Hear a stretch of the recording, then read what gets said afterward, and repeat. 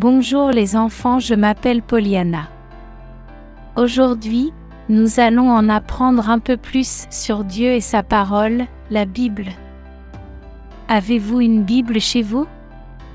Demandez à vos parents une Bible et nous l'ouvrirons dans le livre de Jean, chapitre 3, verset 16. Jean 3.16. Car Dieu a tant aimé le monde, qu'il a donné son Fils unique, que quiconque croit en lui ne périra pas mais aura la vie éternelle. Quels mots intéressants!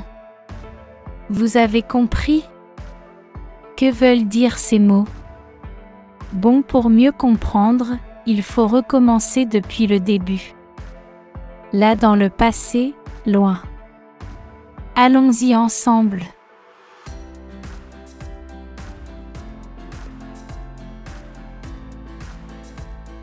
Regardez cette image que nous avons ici. Qui sont ces gens? Avez-vous entendu parler d'eux? Quel est leur nom? Adam et Ève. Très bien. Ils étaient les premiers humains sur la planète.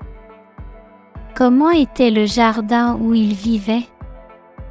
Dieu a créé Adam et Ève avec un grand amour. Dieu a expliqué que la seule règle dans le jardin était de ne pas manger le fruit de cet arbre. Mais un jour, Adam et Ève ont désobéi et ont mangé le fruit. Ils ont péché. Dès lors, le péché est entré dans le monde. Alors Adam et Ève se sont enfuis et ont essayé de se cacher. C'est ce que fait le péché. Il nous éloigne de Dieu.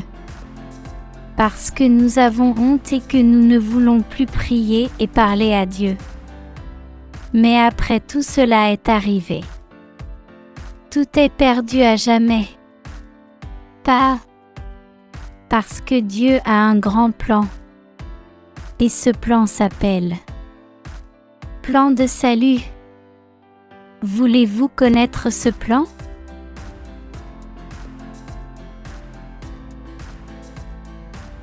Je vais vous expliquer le plan de salut à l'aide d'un livre très spécial.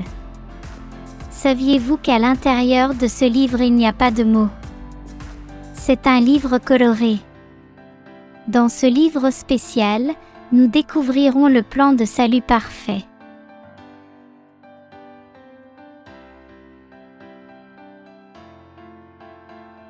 La première page de ce livre est jaune.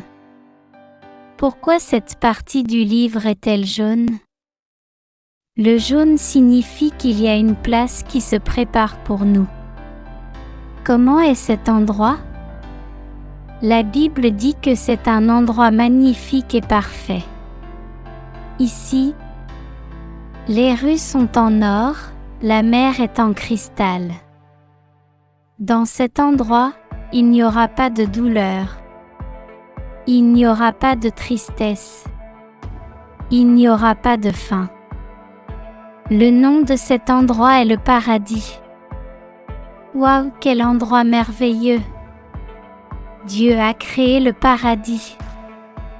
Dieu veut nous emmener vivre avec lui dans ce lieu. Mais pour vivre dans cet endroit parfait et magnifique, vous avez une condition. Le péché n'y entre pas. Parce que le péché nous éloigne de Dieu, et Dieu et le péché ne vont pas ensemble. Regardez à quoi ressemblent nos cœurs quand nous péchons. Un cœur dans les ténèbres, sale. Mais qu'est-ce que le péché? Le péché, c'est mentir, désobéir à ses parents, dire de vilaines paroles, envie, trahison, et d'autres mauvaises choses. Tout ce qui est mal est péché. Nous en sommes si tristes. Comment pouvons-nous nous débarrasser du péché? Comment pouvons-nous purifier nos cœurs des mauvaises choses que nous avons faites? Qui peut nous sauver? Le sang de Jésus peut nous sauver. Parce que Jésus est mort pour nous sur une croix, il a versé son sang pour nous rendre propres et purs de tout péché. Vous souvenez-vous de ce que la Bible dit à propos de Jésus? Car Dieu a tant aimé le monde qu'il a donné son Fils unique, afin que quiconque croit en lui ne périsse pas mais qu'il ait la vie éternelle. Jean 3.16.